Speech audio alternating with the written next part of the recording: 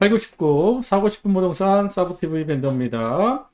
예, GTX-A 광화문역 재추진 B노선 기본계획 마무리 울릉공항 26년 개항 한번 보겠습니다. 예, 서울시문이고요. 서울시 GTX-A 광화문역 재추진 개방된 청와대 관람객 수요 대비 한번 기사 내용을 보겠습니다. 예, 서울시 GTX-A 노선 광화문역 재추진 개방된 청와대 관람객 수요 대비.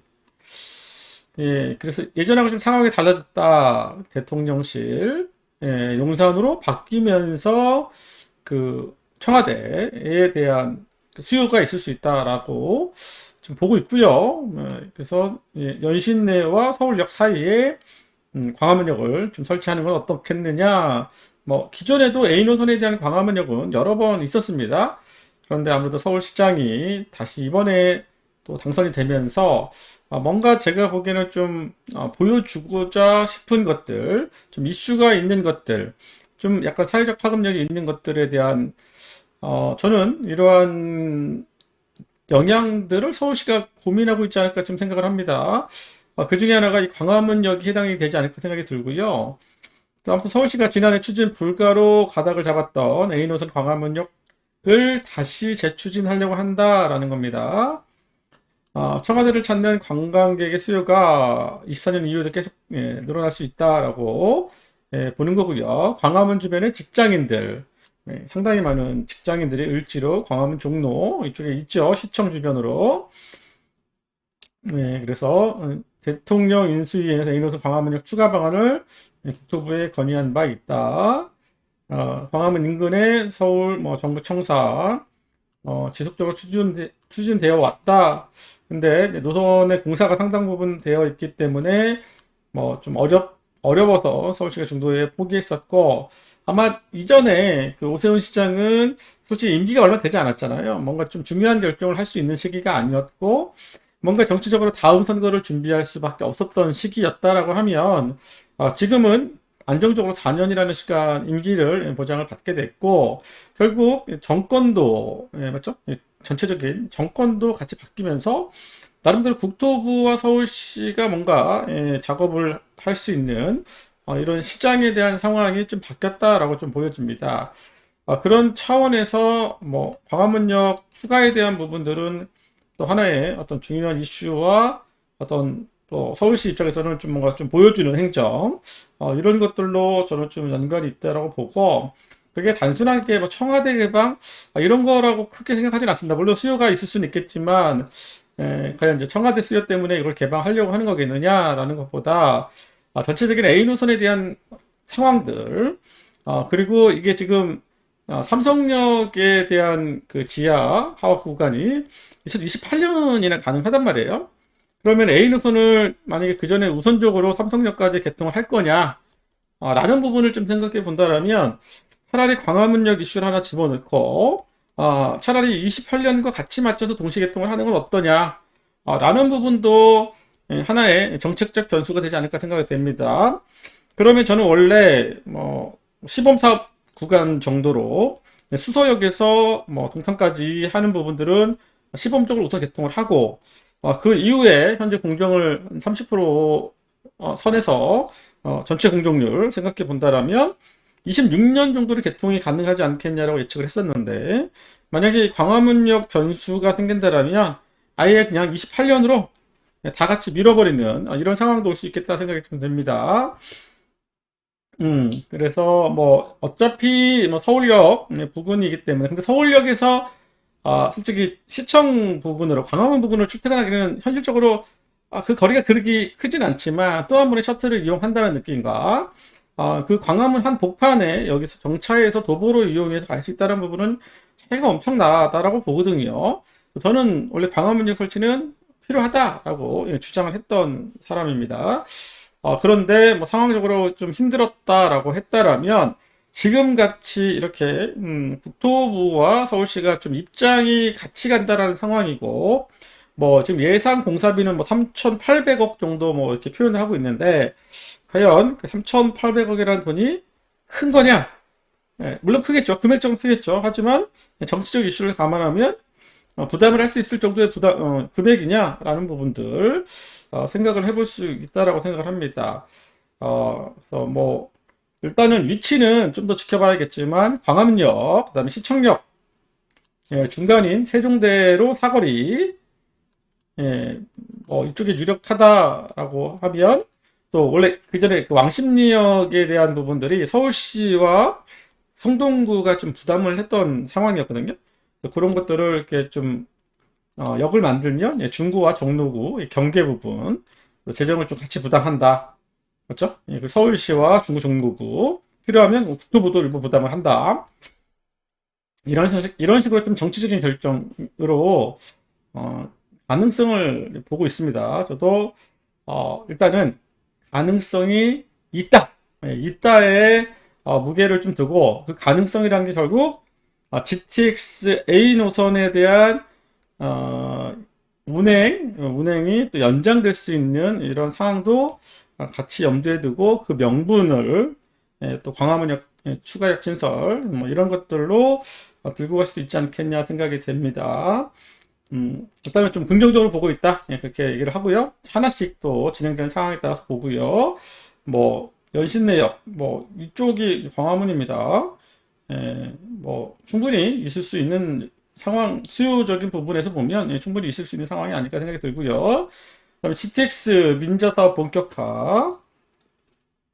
예, 용산 망우 이 녹색 구간은 재정 사업이라는 겁니다.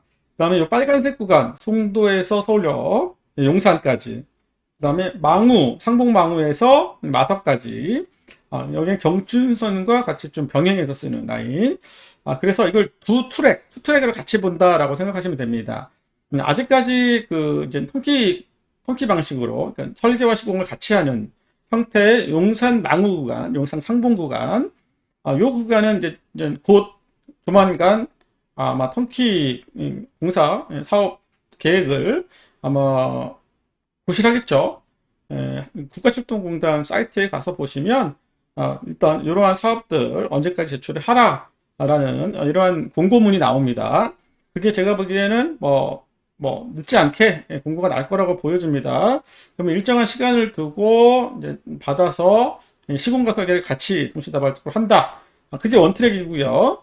그러면 이게 끝나고 나서 민자 사업을 진행하는 게 아니고 이 공고와 더불어서 같이 나머지 구간을 좀 동시에 발주를 내면서 전체적인 사업에 대한 공정 시기를 좀 맞춰보겠다라는 얘기입니다. 그래서 제가 보기에는 이 비노선이 뭐 빠르면은 이것도 여름 그러니까 뭐 8, 9월, 9월 정도 늦어도 뭐 연말에 올해 안에 그러니까 빠르면 한 9월 아니면 연말 안에 그리고 우리가 우선 역사 선정하는데 좀 시간이 필요하다 보니까 뭐 시간을 얼마나 가질지 모르겠지만 정말 여름 안에 뭐 8월 달 이렇게 뭐 7, 8월에 뭐 9월 전에 이런 것들을 한다라면 12월 뭐 말일 전후로 해가지고 우선 역사 선정하고 그다음에 실시 협약을 뭐 내년에 좀 한다든지 1년 정도 생각을 한다라고 하면은 내년 연말에 그러면서 이 터키 구간과 같이 좀 시기적인 부분을 맞춰가는 듯한 느낌. 이런 부분들을 생각할 것 같거든요.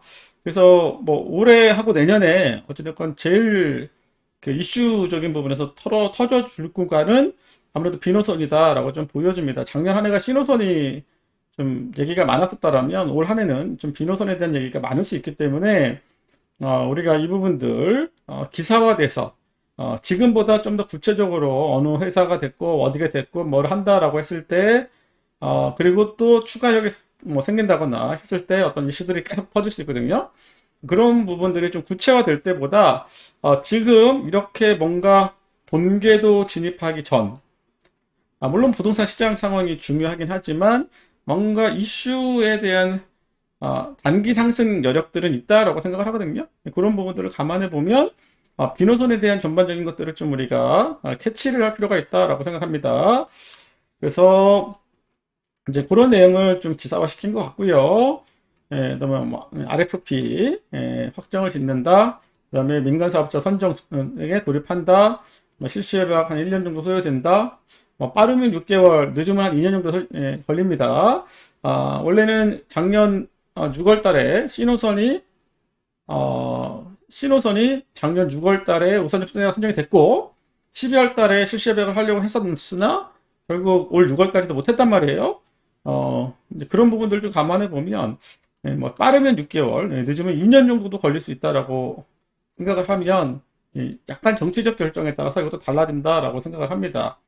뭐 아무튼 뭐 신호선은 신호선대로 또 비노선은 비노선대로 진행을 해서 뭐 A, B, C가 그리 멀지 않은 이런 시기 안에 가지 않을까 생각이 됩니다. 하지만 또 이거는 뭐 이렇게 정부가 하겠다는 의지인 거고 이게 실제 민간 사업자가 했을 때 과연 요 구간에서 이용할 수 있는 수요자 또 비용이 아주 저렴하진 않잖아요. 그런 것들을 감내하면서 그리고 A노선과 C노선이 건설되지 않은 상황에서 과연 이걸 뛰어들 수 있는 민간 사업자 그리고 예전처럼 뭐 MRG 조건들이 없단 말이에요 지금은. 그러니까 말 그대로 운영 수익에서 적자가 나면 그 부분을 상당수 민간 사업자가 손해를 봐야 될 수도 있기 때문에 그렇지 않았을 때 어떤 뭐 수지 타당성 분석들 이런 것들 때문에 좀 뭐 곤란해하거나 좀 어려움이 있을 수 있다라는 부분도 분명히 있습니다.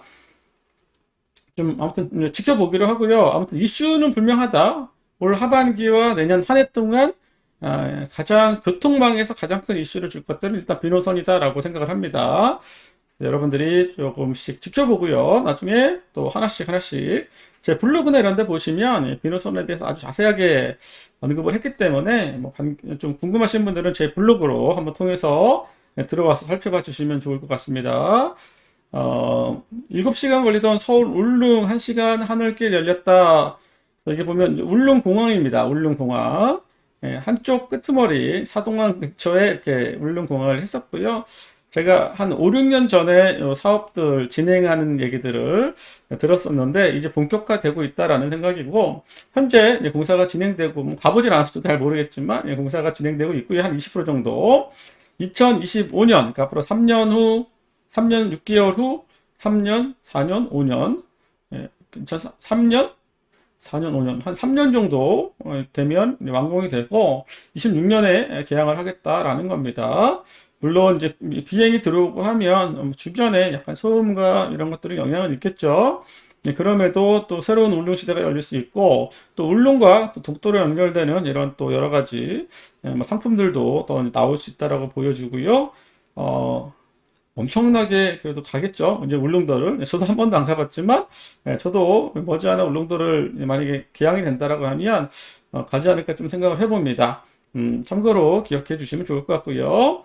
그다음에 광역교통법, 도철도법 6월 10일 날에 개정안이 있었다. 뭐 개정안이니까 일부 개정안 참고해 주시고요. 하이퍼 튜브 뭐 엄청 빠른 지금보다 하는 것보다 뭐 한 800km까지 갈 수 있는 엄청 빠른 거를 시범 테스트로 테스트 배드를 하겠다라는 얘기인데 가봐야 아는 겁니다. 아주 먼 미래를 얘기하는 거고 당장 시행할 수 있는 사업들은 아니라고 보여집니다. 일단 뭐 향후에 정말 고속철도 이후에 뭔가 대안이 필요하다라면 그때 상품화되기는 그리 쉽지는 않은 현재로서는 다만 미래를 준비하는 차원에서 한다라는 거 한번 찾아보시면 하이퍼튜브가 뭔지 좀 찾아보시면 내용들은 좀 나올 것 같고요. 그 다음에 호매실 동탄이 광역교통 개선을 주민 의견을 듣는다. 이런 뭐 내용도 있었습니다. 예, 이번 한 주도 화이팅 하십시오. 사브TV 여기서 마치겠습니다. 감사합니다.